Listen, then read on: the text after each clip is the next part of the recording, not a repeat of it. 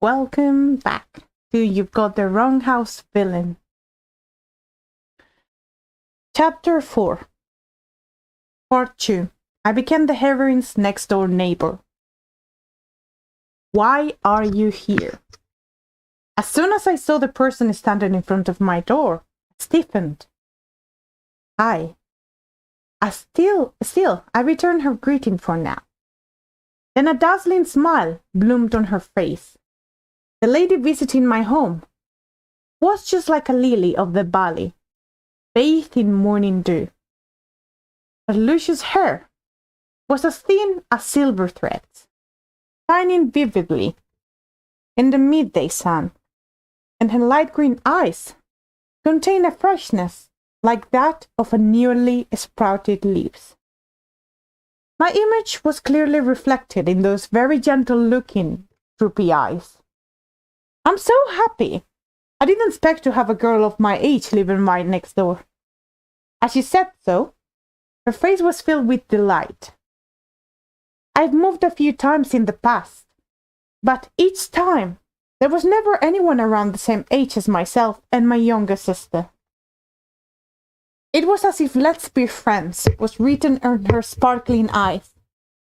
I felt slightly overwhelmed because she seemed to be looking at me like a future friend. By the way, she definitely introduced herself as Annie Mary just now. Didn't she? Then, is she really what I think she is? A heroine. I was suspicious at first, but not only was her appearance the same as it was described in the novel in my memory, I didn't think it was possible for two women in the world to have such dazzling world-class beauty. Furthermore, she was also living with her younger sister. But why did the heroine move into the house next to mine? While I was at loss for words like that, the woman who introduced herself as Annie Mary proceeded to speak. I happened to meet another neighbor just a minute ago, and I was told you work at the biggest coffee house around here. Is that possibly the shop at the Blue Ferret intersection? When I heard the following question, I paused. Yes, you're right. After coming out from the institute, I found myself a job and lived like a normal person in my own way. Sorry. And now it has been about 2 years since I moved here and began working at the coffee house on Ferret Street. Back then, when I was thinking about saving some money to quietly settle down somewhere, I picked a day to look for a nice house where I could live alone. Then I stopped by a nearby coffee for a cup of coffee and tried to relax for the first time in a while. I observed the scenery in my view for a while. Then I turned around, and at some point my surroundings was steaming with customers. I figured the shop had pretty good business. However, when I was about to leave, the owner of the cafe suddenly dashed towards me and asked me if I could work there. Naturally, I felt perplexed and tried to refuse.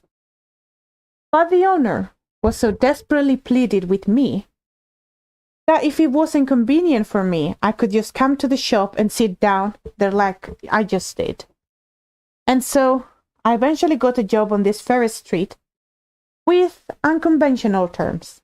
I had a day off once a week, and today was my day off. Hence, why I was at home even at this time. So, what Annie Mary heard from the other neighbor was true. I wasn't quite sure who the other neighbor was, but if the information didn't come from the pawn shop mister, then it definitely came from the from the Reaper shop's Mrs. Muriel.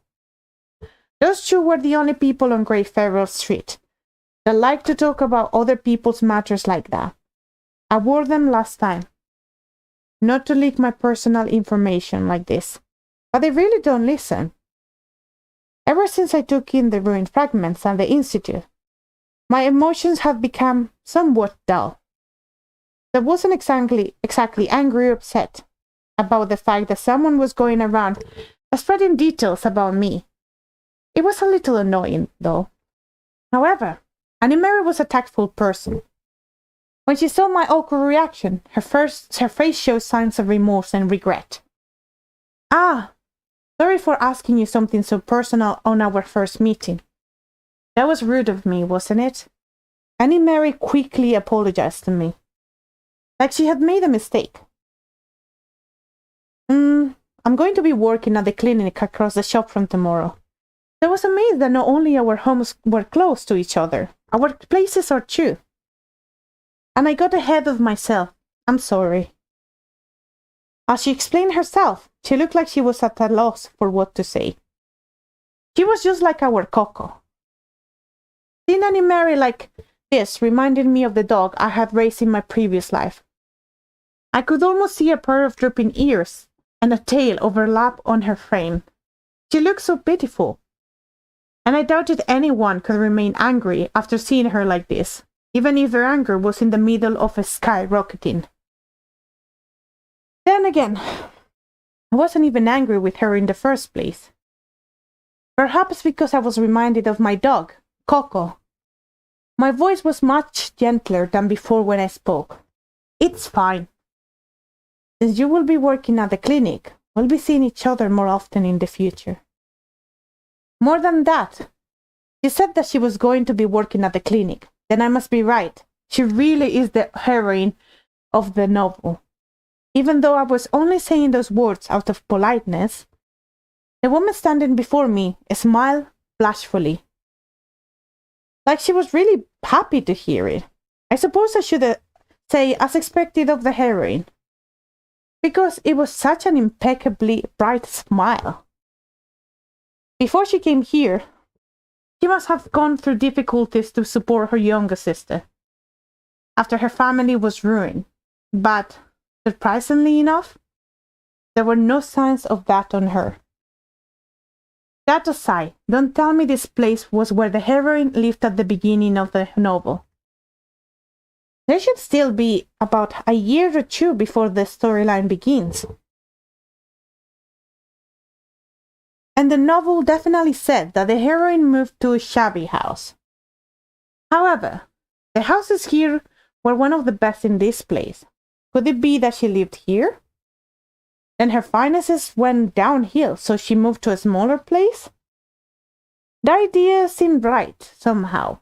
As I looked at her bright and immensely naive face, for some reason I felt like it would be hard for her to make money.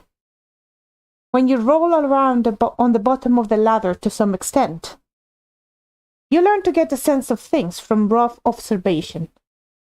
The woman in front of me right now, to put it nicely, she gave off the smell of an innocent and naive person who didn't know how to be suspicious of others. And to put it in a bad way, she reeked of the smell of a pushover. The perfect target to eat clean.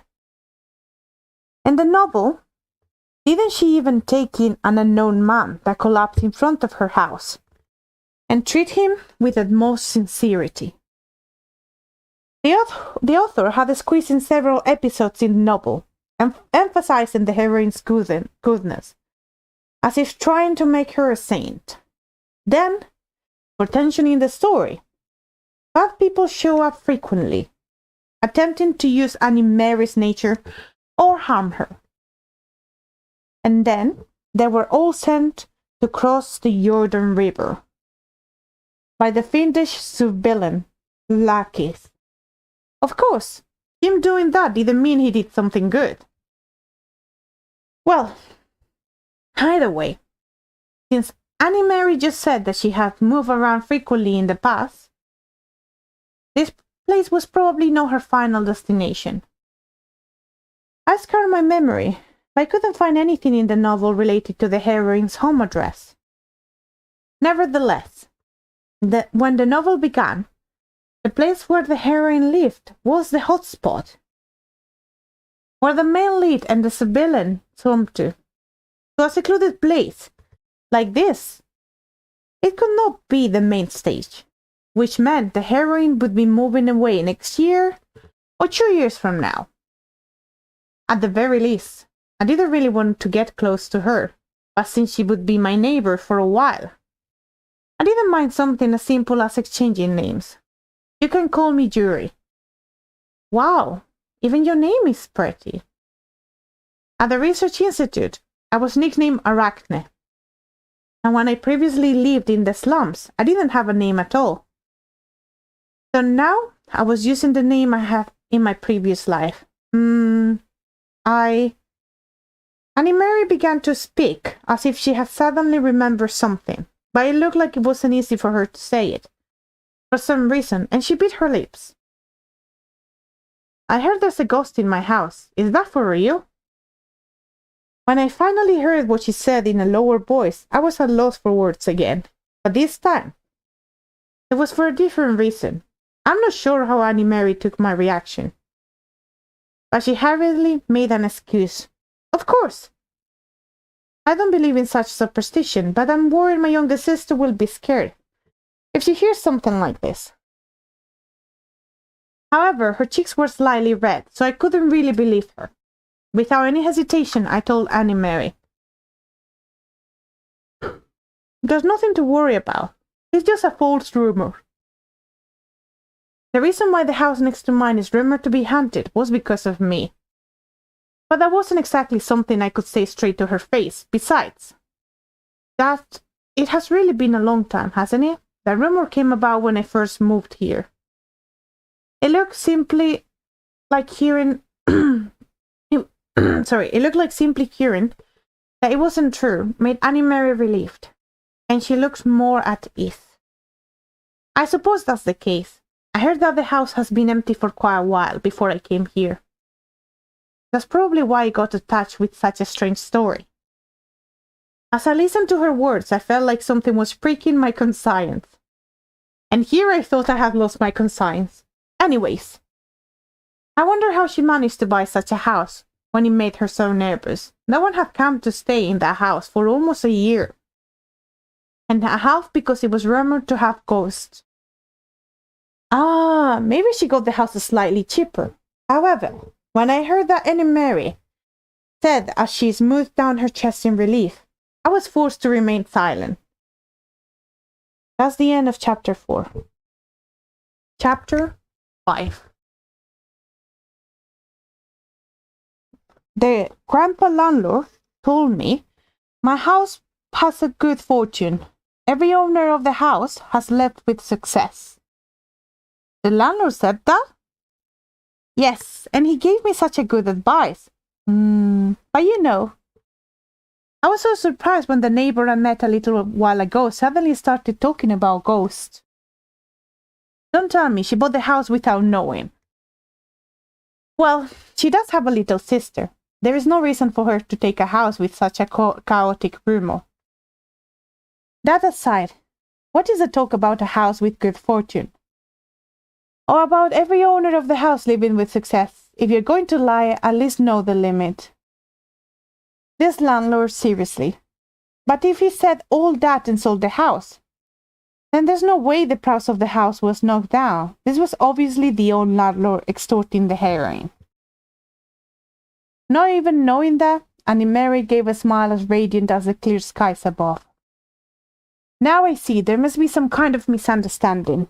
I think the neighbor was also worried about me. That's why he told me that when I see him again, I better let him know that he's mistaken. Will the heroine be okay like this? Of course. There was no such thing as ghosts in that house. So she can live just fine. But aside from that, I couldn't help but wonder if she could survive in this cruel world when she was deceived so easily like this. Right.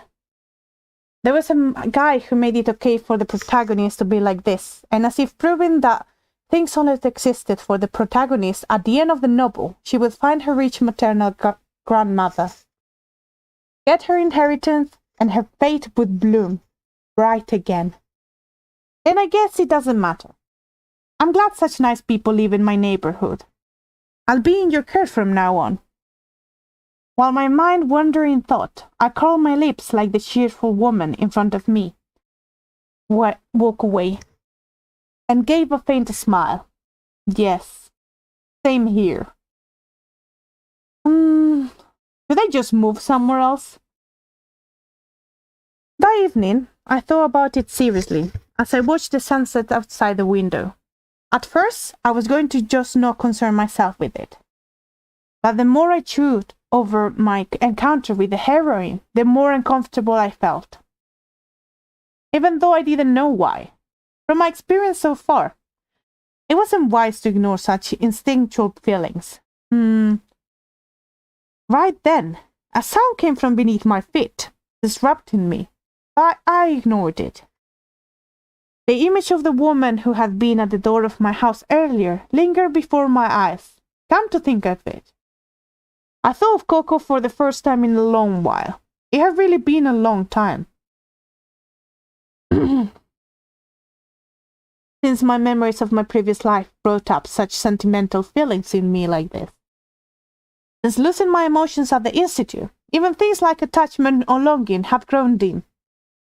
My current feeling was similar to how I felt back when I first met Lakis Avalon.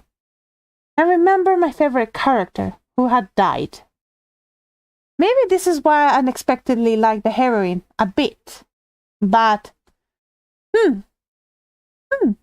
Mister, be a little quiet, I can't think. I had been engrossed in faint sentimentality, but I was dragged back to reality. It seemed the person under me was now fully conscious, because the noises digging into my eardrums had become more intense. I glanced down, taking a look at the person I was sitting on. That man who was hanging in the air, rolled up in a cocoon of white thread, was wriggling in fright. It irritated me, so I kept sitting on the man's back with my legs crossed and moved the threads that attached his body to the ceiling. When his suspended body began to swing back and forth, the man went, "Heek!" and the sound of him sucking in a deep breath rang out of the desolate room. You have a nice house, mister. The ceiling is high. The soundproofing is good, too. How much does a house like this cost? It should be around 5,000 gold coins at least. The man who had stopped struggling at some point let out a weak groan. This place was used as both a mansion and a chapel, and the distance from the ceiling to the floor was about 10 meters. So unless the man was very unlucky, he wouldn't die even if he fell from the ceiling. But he was making too much of a fuss. But he had a fear of heights? See? If you had simply listened to me earlier, there would be no reason for you to be like this right now. Well, it wasn't any of my business, so I swung back and forth on the man's suspended body in the air and enjoyed the scenery of the flaming sunset beyond the window. At a glance, it seemed like a very calm and leisure scene, but the situation below wasn't quite the same. The people who tried to protect the man from me were littered in unconscious heaps on the bloody floor. But please, don't misunderstand me, wherever it might be. I was in the middle of a job right now. I don't have a hobby of making a sport out of uninvolved people. My purpose today was to get some kind of information from this man, but this has gotten a bit annoying.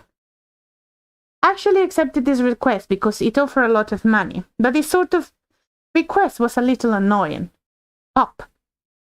I began to slowly reduce the number of threads sticking to the ceiling. Do I just take the advance payment and wire this off as a failed request? Tap. As more threads broke off, the man's body lowered more and more, and his breathing grew increasingly unstable. Finally, when there are only a few threads still attached to the ceiling, I casually looked down at the man's pale face and asked, "Mister, what do you think of just dying right now, fast and clean? You don't have to tell me what I ask for." At those words, my sitting platform began to wriggle fiercely again. The way he was looking at me was a little different from before. Did he sense my true feelings when I said that? I guess he was finally thinking of talking. I removed the bean that was blocking his mouth. The documents are hidden in... He trembled as he answered the question I had asked earlier. Actually, I had agreed to let my client finish off this man at the end. So quite frankly, I had no intentions of killing him myself. But the man didn't know that, so he was frantic. The sinking glow of setting sun shone through the large window that took up one side of the wall and cast a reddish sheen that reached even where I was. It looks like I could go home early today. The man was none of a coward, was more of a coward than I thought. Not too long after, I was by myself, walking through the narrow alley that led to my house, and my mind wandered. I realized that I hadn't eaten dinner yet. When I go home, I should make something for myself. Then suddenly, I noticed an old lady walking ahead of me, carrying a heavy load. I didn't see anyone else around. I changed my direction and walked towards the elderly woman in line of sight. Grandma, let me help you with that. Oh my. It will be heavy though. I didn't feel like this much weight was heavy because my body had been strengthened at the research institute. And if need to be, I could extend a thread from my hand to support my weight. I was capable of manipulating the length and thickness of any thread I pulled out. Thank you, dear. I got there quickly because of you. Here's a little something for you to eat. Thanks to the old lady's warm heart, I got you unexpected apples. Thank you, Grandma. Thank you. Honestly, I didn't do this because I felt a strong respect for elders, or because I had high morals of ethics. Whenever I took her requests, I tried to do something good, even if it was a small thing. Although I did my job to make a living, I was of course aware that my work wasn't exactly good. So this was something I decided as a result. However, I can really say I felt guilty for doing this kind of job. Sometime later, I returned home and prepared a rather late dinner for myself. I was going to have a simple sandwich made with the whole wheat bread I bought this morning. Fresh lettuce, tomatoes, sauce and bacon toppings. Actually, after the experiment at the institute, my body became able to survive without a steady intake of nutrients, but still, I ate all 3 meals of the day, every day, when possible. I took out my groceries in the kitchen and about to start cooking. I know you can't really call it cooking. Then I suddenly remembered something and stretched my hand to the window. A translucent white thread extended out to my will, and the tip of the thread sank into the curtain. Swoosh!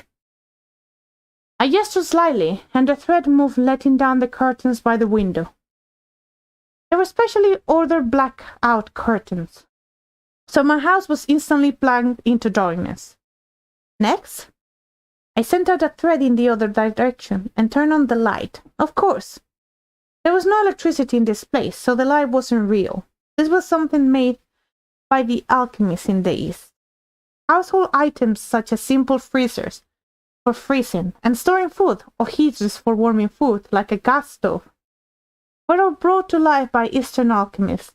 Of course, these items looked very different from the modern items I knew, but their uses were similar. They were very easy to use, and their effects were semi-permanent, so even if the alchemists had sold them to a noble at a high price, they would have hit the jackpot. However, the first alchemists that made these items made them in abundance and distributed them at a low price. Thanks to that, it was common to see such items among ordinary citizens like myself. Just for reference, the great alchemist was one of the male leads in the novel. Of course he was. Would it make sense if he didn't have that much weight in the novel? When he was so great. Items that were put out on the market had engraving DS on them, an abbreviation of his name. I mean, he wasn't my favorite male character in the novel, of course. But it was still thanks to him that life was made easier, so after pressing him for a bit, I go back to making my sandwich. In the meantime, the ingredients that were secured on thin silver thread dance alone in the air. That's the end of chapter 5. Chapter 6. It didn't take long for me to sprinkle sauce on the neatly staked, chopped ingredients in the sandwich. Then cover it with bread. After that, I collected the carelessly entangled threads in front of me. Within a minute, dinner was ready. With that finish, I picked up my tray and moved to the room in my house with the best view of the sunset. There was a river that ran behind the house, making it a bright and open view. It was also the reason why the rent on Greyfried Street was so expensive. Flatter. I placed the tray on the window frame, sat on the very cozy armchair in front of the window, and gazed outside. A rich golden hue waned brightly before my eyes. How peaceful! My heart, which had grown a little restless due to the meeting of the heroine, became calm again. Like that, I enjoyed a leisurely dinner while watching the sunset. Then, when I was finished, I stood up. Tack! My feet hit something, and I looked down. A smooth wooden carved arm fell into my side. There were several crumpled mannequin dolls scattered all over the room I was in. Because I had purposely made them to look like real people, there were times when even I was surprised when I came into this room in the dark. I work as a coffee shop clerk during the day, and at night I use my ability to work in the underworld. My ability as a arachne was pretty useful, so I occasionally received requests and was paid for solving them. These dolls were also things I'd prepare as part of that. The rumor about a ghost living in the house next door came about because I was a bit careless in using arachne's powers. When I first moved to this Ferret Street, I was using threads to move things in the house, and manipulating the dolls to act like real people in the empty house next door, and that side was caught by a neighbor. Thanks to that, silly rumors arose about ghosts living in this neighborhood. However, since someone had now moved into the house next door, the rumors will likely quiet down. I kicked the doll's arms on the floor again, shoving it in a corner. Right. There was no reason for me to particularly be involved with the characters in the novel. I can just keep going about my day, like I have been doing so far. That's what I thought to myself, quite serenely, at the time. I didn't even know that my sweet piece would be completely shattered within less than half a year of becoming neighbors with the heroine. Part 5. And that's how the villain and I... Ha! It was a night covered in a thick blanket of darkness. A man staggered along a dark and obscure alley that didn't even get a ray of moonlight. His breaths were labor as his frame melted into his dim shadow. So noisy. Shut up already. Even though there wasn't anyone around him, the man muttered to himself from time to time, like he was hearing things. Tumble. The man's body was covered in blood, but his clothes were black, and his surroundings were very dark, making it unnoticeable. But surprisingly enough, every drop of the man's blood that fell to the floor quickly disappeared without a trace. Right then, the clouds cleared away, revealing the round full moon behind them. A pair of eyes hidden under a mop of disheveled hair, openly frostily upon begin, bathed with the light from the moon. His pale face was drenched with cold sweat, but his deep blue eyes showed personally like that of a savage beast. His sharp jaw looked slightly stiffer than before, like he could grit his teeth. I won't die, so just shut up. The man spat out a whisper that seemed to be forced out from tightly clenched teeth. However, it wasn't long before his body eventually planked to the floor. Lackeys! Hearing the urgent voice echoing in his head, the man let a shallow breath. Even though he wanted to reproach it for being noisy, his throat was tightly clogged, like there was a stone lodged in it. And his eyelids kept falling shut. His body felt so heavy, like he was being crushed by gravity. The urgent voice, echoing in his head, began to gradually fade away. He was just a little tired. Yeah. He was just going to take a little break. Then he would get up. He would never allow himself to die so fruitlessly like this. However, the darkness rushing into him was as sweet as a scented poison. And he eventually had no choice but to fall to his knees and succumb to it. He felt his consciousness move farther and farther away. And then finally, he closed his eyes. There was a coffee house at the intersection of Blue Ferret. It wasn't on a busy main street, nor was the shop itself particularly good. In addition, the most important thing there, the coffee, didn't taste especially great. However, the store always had a constant stream of customers from its opening hour. The coffee house business was not always like this. It first began to emerge as a popular touring spot about 2 years ago. The reason for that was a certain person who was secretly called Ferret Celebrity. Mrs. Jury, 2 more coffees, please. Yes, please wait a moment. Immediately after the calm monotonous rang out, a head of dark hair loosely tied into a bundle shook softly. The clerk, who had received the orders, began to move her arms. The late evening glow cast a distant luster on her red eyes as they gleamed with indifference beneath her long, black eyelashes. A pair of beautiful hands with a skin like porcelain was revealed under her sleeve as her slender wrist moved gracefully, causing people's eyes to automatically follow them, even though she was dressed in a simple outfit. With no decoration or ornaments, she gave off a strange feeling of extravagance. It was that beautiful appearance of hers that made people have no choice but to stop and look. But she also had some inexplicable, mysterious charm about her. The woman whose calm expression revealed nothing about what she was feeling was a clerk who began working here 2 years ago. Her name was Yuri. And other things about her, such as her age and background, were unknown. Because of that, people simply guessed that she was in her early 20s, based on her appearance. However, there were also people who speculated that she might be much older than that because of the nature, but indifferent aura around her when she interacted with people.